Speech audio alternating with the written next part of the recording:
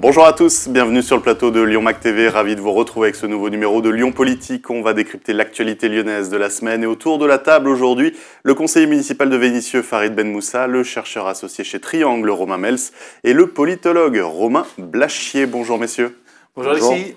Allez, au sommaire aujourd'hui, l'abbé Pierre, les collaborateurs politiques et le poste d'adjoint aux solidarités à Lyon. Que faire face aux révélations qui se succèdent sur l'abbé Pierre, accusé par plusieurs femmes d'agression sexuelle, couvert par l'Église, menaçant les victimes présumées? Henri Grouès n'est pas tout à fait l'homme que l'on connaissait, que beaucoup respectaient jusqu'à présent. Dans l'agglomération lyonnaise plus qu'ailleurs, la question se pose, que faire des hommages rendus à l'abbé Pierre? Il y a une place à son nom à la Duchère, il est représenté sur la fresque des Lyonnais et à Érigné où il a passé son enfance. Un projet de vitrine a été stoppé, il y a aussi une place et une fresque. Alors selon vous autour de la table, faut-il abandonner les projets à venir mais laisser les hommages passer, ou bien faut-il supprimer toute trace de l'abbé Pierre dans l'agglomération? Qui veut commencer? Romain Mels. Moi, je dois dire que je ne suis pas du tout cancel culture, je considère que les époques doivent être jugées avec leurs critères, mais justement, là, c'est quand même notre époque encore. Et je considère que... Vous voyez, on voit bien, quand on regarde maintenant, on voit avec toutes ces histoires, on voit bien que l'Église catholique s'est aperçue très très tôt, dès les années 60, qu'il y avait un énorme problème. Donc c'est pas quelque chose qu'on redéfinit aujourd'hui à l'aune de MeToo et tout ça. En 60, ils envoient l'abbé Pierre se faire soigner en Suisse pour essayer d'étouffer les multiples histoires qu'il a eues, notamment au Canada et aux États-Unis, dans les années 50. Donc il y a un énorme problème qui a été complètement dissimulé. À titre personnel, je m'en veux d'avoir été, comme tout le monde, le trouvé admirable, hiver 54 et tout ça. Je considère qu'effectivement, on ne peut pas continuer à laisser une place publique à cet homme dans notre environnement. C'est inacceptable. Mais parce que ce sont nos critères et ce sont les mêmes que ceux qui étaient là quand il a violé, agressé sexuellement toutes ces femmes. Mais même au Moyen-Âge, le viol, c'était proscrit. Hein, donc au final... Alors non, c'était pas proscrit de la même façon, pas du tout. Ouais. Au Moyen-Âge, c'est totalement différent. Vous exigez une réparation financière parce que la femme qui a été violée... Enfin, bon, on ne peut pas rentrer sur un débat médiéval, mais ça n'a aucun rapport avec aujourd'hui. Farid?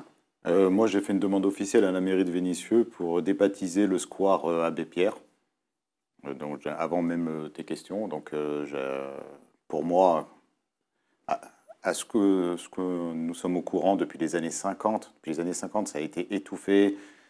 Aujourd'hui, il y a 20 plaintes de femmes dessus.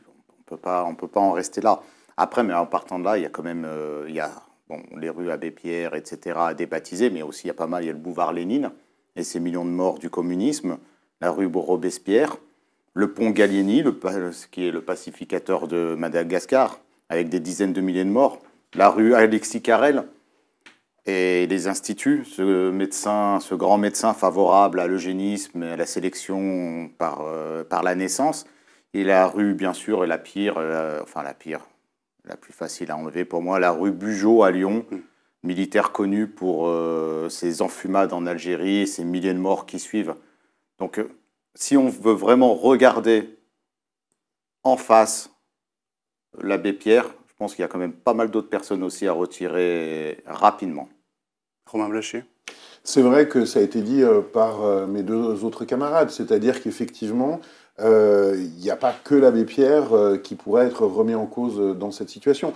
C'est vrai qu'on tombe énormément de haut parce que l'abbé Pierre, c'est à la fois effectivement un héros national au départ pour beaucoup de gens, mais particulièrement en tant que Lyonnais, où on n'a pas tant de figures que ça du monde contemporain qui ont été autant célébrées. C'est encore une blessure encore plus vive. Donc effectivement, il faut croire la parole des victimes. Il y a effectivement à la Duchère, vous l'avez souligné, une place. Effectivement, il serait temps que très rapidement la mairie de Lyon, qui a été un peu plus lente que les autres à prendre position, prenne effectivement des mesures pour débaptiser cette place. Mais quelle blessure incroyable, parce qu'effectivement l'abbé Pierre, c'est quelqu'un qui a fait énormément de bien dans sa vie, mais découvrir qu'il a fait autant de mal, le découvrir en tant personnellement que chrétien et que lyonnais, c'est très très difficile à concevoir, quoi. Mais bon, il faut aller de l'avant, il faut être courageux.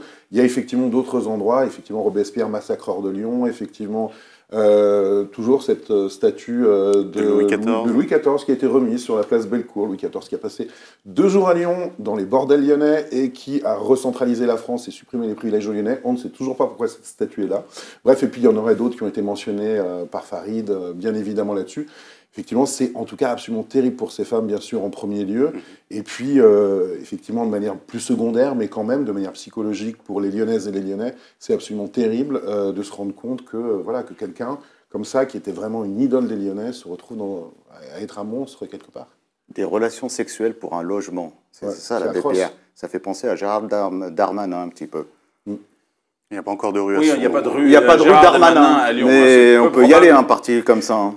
On poursuit rapidement sur le sujet. Est-ce que c'est le rôle des élus de faire ce choix de débaptiser la place à la Duchère, d'enlever l'abbé Pierre de la fresque des Lyonnais, ou est-ce que les habitants doivent aussi... Non, mais prendre part ? c'est qui met le nom des... Nous, à Vénissieux, on a la rue Fischer. Oui, mais à C'est Lyon, le sénateur Fischer. à Lyon, ils font communiste. participer les habitants pour les nouvelles Mais rues, quand pour les écoles, Oui, etc. il y a une commission qui Maintenant propose. ou avant Maintenant. Maintenant, c'est-à-dire... Mais on est maintenant, donc. Ouais, mais Ça tombe bien, on est maintenant. Non, mais il y a une commission qui propose de manière consultative. Oui. Alors après, il y a des critères divers et variés, c'est-à-dire par exemple une des démarches, mais ça a commencé aussi à l'époque de Gérard Collomb, hein, cette démarche-là de féminisation du nom des rues, parce qu'effectivement, il y a 8% seulement des rues lyonnaises qui sont des noms de femmes. Donc il y a quand même ce critère-là aussi à prendre en compte. Là, du coup, on pourrait remplacer par quelqu'un d'autre, voilà, cette rue-là.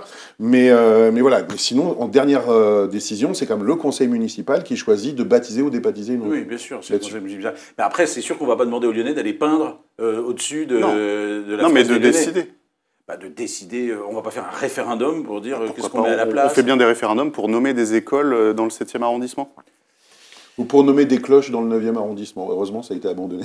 Oui, alors d'accord, moi ça ne me gêne pas qu'on dise aux gens du premier qui voulaient qu'on peigne à la place.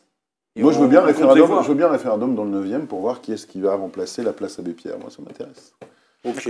Donc il faut demander l'avis à la population. Moi, je veux bien. Non, mais de toute façon, peu importe qu'on demande à quelqu'un ou qu'on demande à personne, le tout Non, c'est non, qu'on le fasse.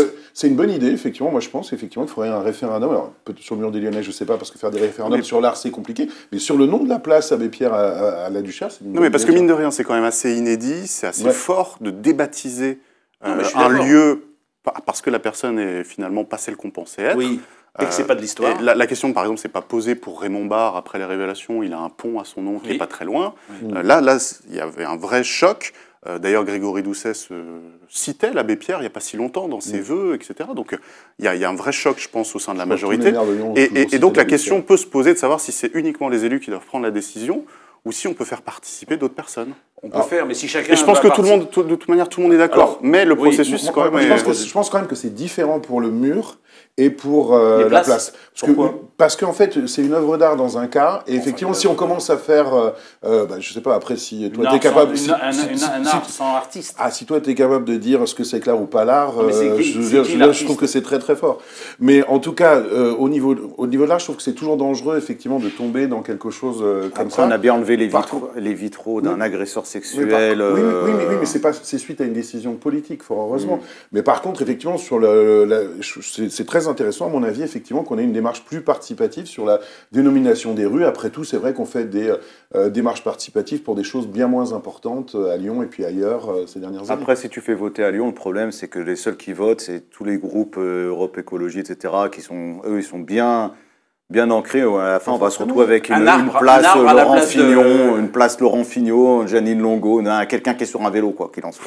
Ah oui, Jenny Longo, elle était sur un vélo. On n'y avait pas pensé à celle-là. Non, on n'y avait pas pensé à ça. Mais Jenny Longo, c'est bien. Laurent Fignon. Ce qu'on Mais elle est pas lyonnaise ce qu'on aussi. peut imaginer, c'est que si la ville de Lyon ne demande pas à Cité Création de retirer l'abbé Pierre de la fresque, Si. la fresque sera Taguée. taguée. Enfin voilà, c'est ce que d'arriver. Oui. la chose passe. Allez, on passe à une autre polémique que l'on avait déjà évoquée sur ce plateau.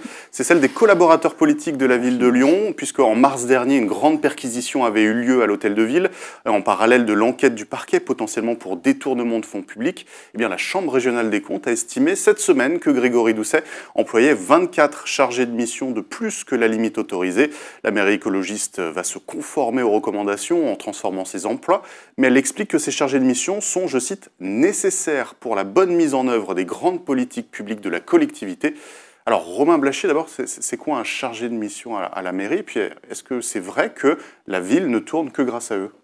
Alors, la ville tourne pas que grâce à eux, mais c'est vrai que quand on C'est ce qui lit... transpire du communiqué de la ville. Hein. C'est Tout s'arrête. Quand on lit les quelques pages qui ont été extraites par nos confrères du Progrès, il y a un peu à boire et à manger là-dedans. C'est-à-dire qu'effectivement, il y a un usage des fois des collaborateurs à des fins politiques qui peuvent poser question aux contribuables, c'est vrai.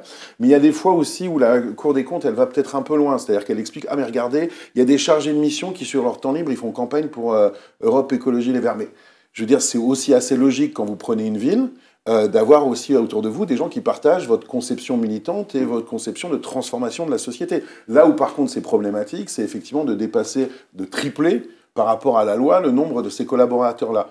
Mais voilà, moi je suis beaucoup plus choqué par le quantitatif que par le fait qu'on reproche à ces gens d'avoir un profil militant. Quand vous êtes élu, vous n'êtes pas quelqu'un d'apolitique, vous êtes quelqu'un qui est là pour appliquer une politique et avoir des assistants qui partagent vos convictions, c'est quand même un petit peu normal, quoi. Et dans toutes les grandes démocraties, c'est quelque chose qui est assumé. Vous allez en Allemagne, vous allez en Grande-Bretagne, vous allez aux USA, vos collaborateurs qui travaillent avec vous, qui êtes élus, c'est des collaborateurs politiques. Est-ce que c'est pas inquiétant ? En France, c'est pas assez séparé, et c'est un vrai problème au niveau de la loi. C'est en France, on vous dit, voilà, vous avez des chargés de mission techniques. Ouais, mais en même temps, à ce moment-là, on n'a qu'à avoir des gouvernements technocratiques, des mairies technocratiques, si on veut que les gens fassent pas de politique. Enfin, c'est ça la problématique. Mais est-ce que c'est pas inquiétant de dire vous avez le droit à 12 collaborateurs et Grégory Doucet qui dit oh là là, moi si j'en ai pas 24, la ville elle tourne pas. 36 même. Oui. Oui, non, mais alors dire que la ville tournerait pas sans les chargés de mission, c'est effectivement, c'est pas vrai, évidemment. Il y a aussi un autre truc, c'est-à-dire qu'effectivement, vous avez un fonctionnement, ça montre peut-être aussi une faiblesse, peut-être dans l'exécutif de Grégory Doucet, on en avait parlé lorsqu'il avait concentré beaucoup de pouvoir autour de sa première adjointe. C'est en fait, quand vous avez une grosse délégation, comme les affaires sociales, on va parler des affaires sociales après, ou comme la culture et que ça, c'est normal parce que d'avoir des collaboratrices et collaborateurs, parce que l'enveloppe, elle est énorme. Mais par contre, effectivement, vous avez aussi des fois trop de collaborateurs parce que parfois votre élu, il est nul.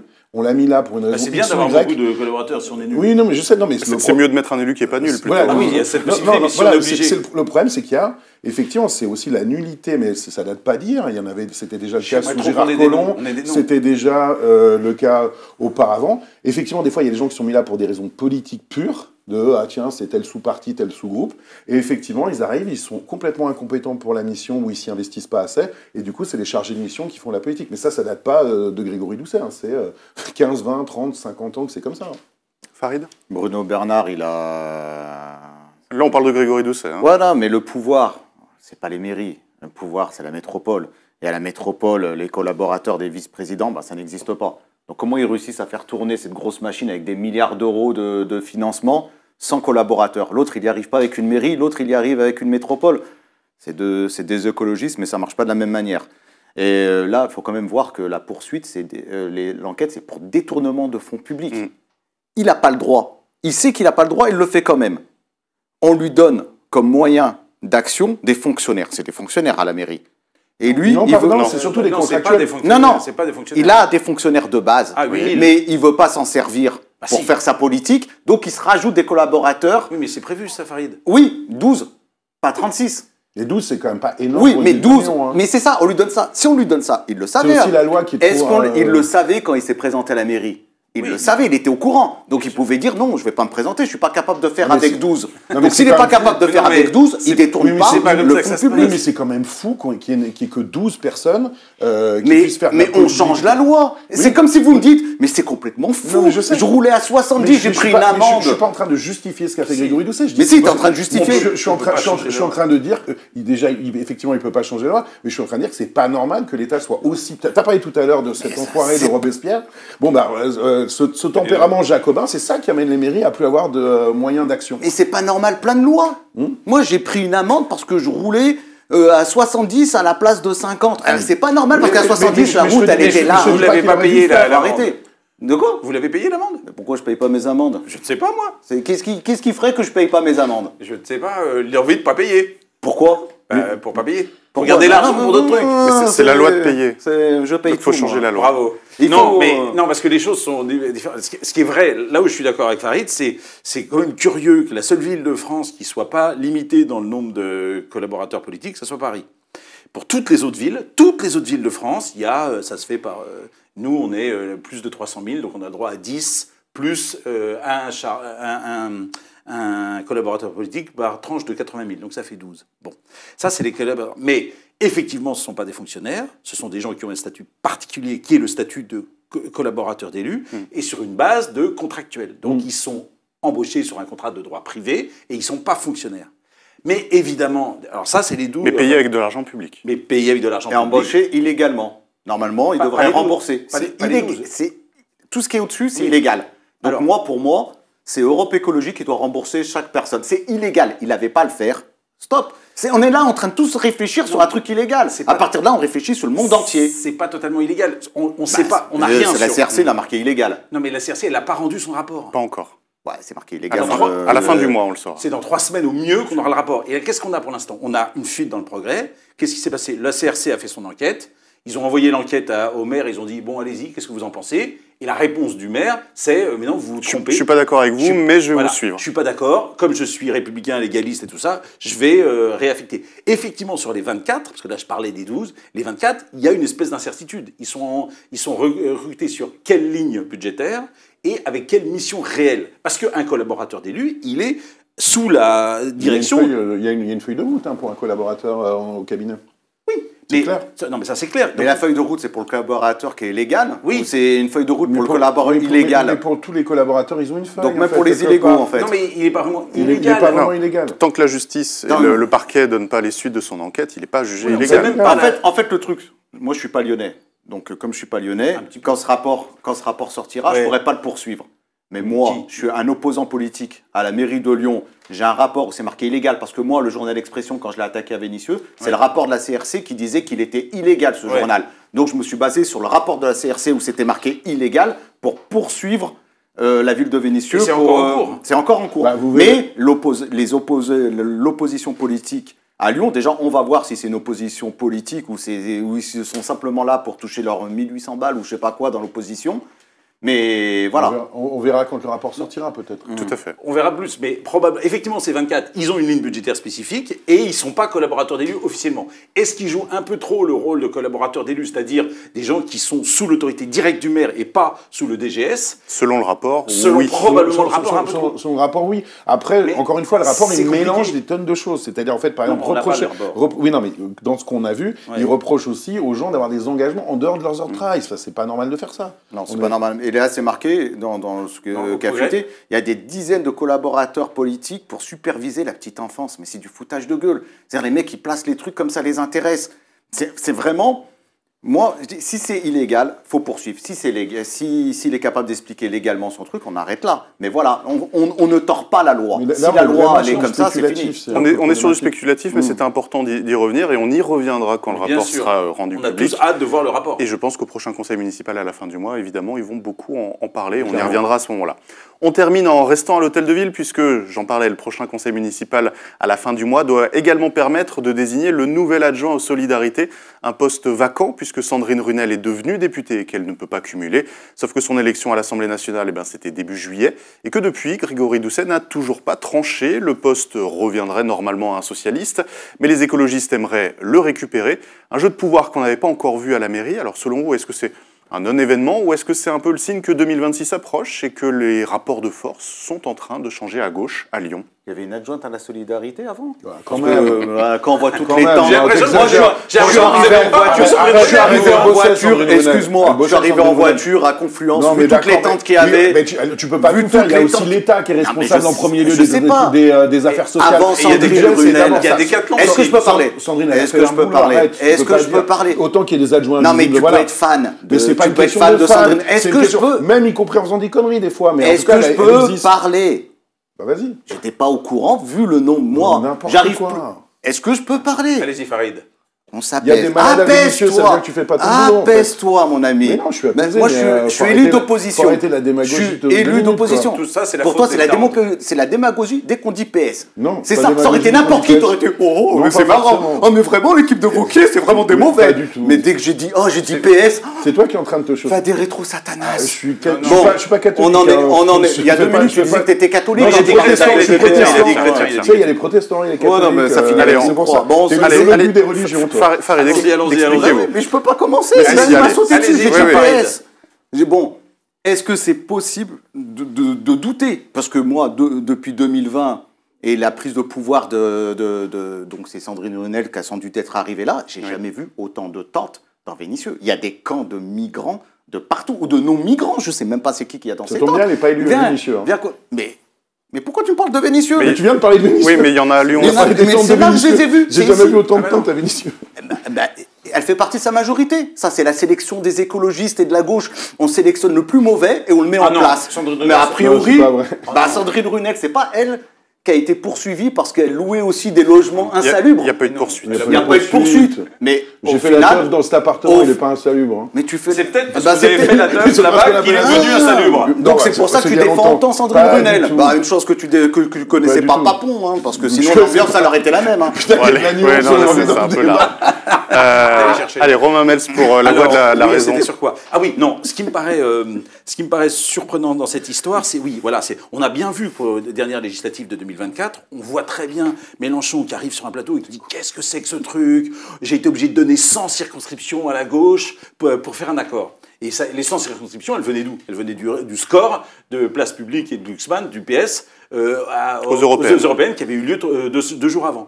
Et ça avait modifié complètement l'accord par rapport à la NUPES. Ce qui est très marrant, c'est que là, effectivement, on voit que le score extrêmement faible de Marie Toussaint aux européennes, ça n'a pas du tout d'impact sur Grégory Doucet qui continue à dire c'est nous les patrons. Ouais, c'est nous le chef à 100%. Alors là, il y a quand même quelque chose d'un peu étrange dans ce refus. Alors après, est-ce que cette histoire de parité, dire je ne peux pas donner le poste de Sandrine Brunel à un homme PS, or vous n'avez que des hommes PS, pas de chance, je suis donc obligé de récupérer le poste pour moi et le donner à Popov ou quelqu'un d'autre.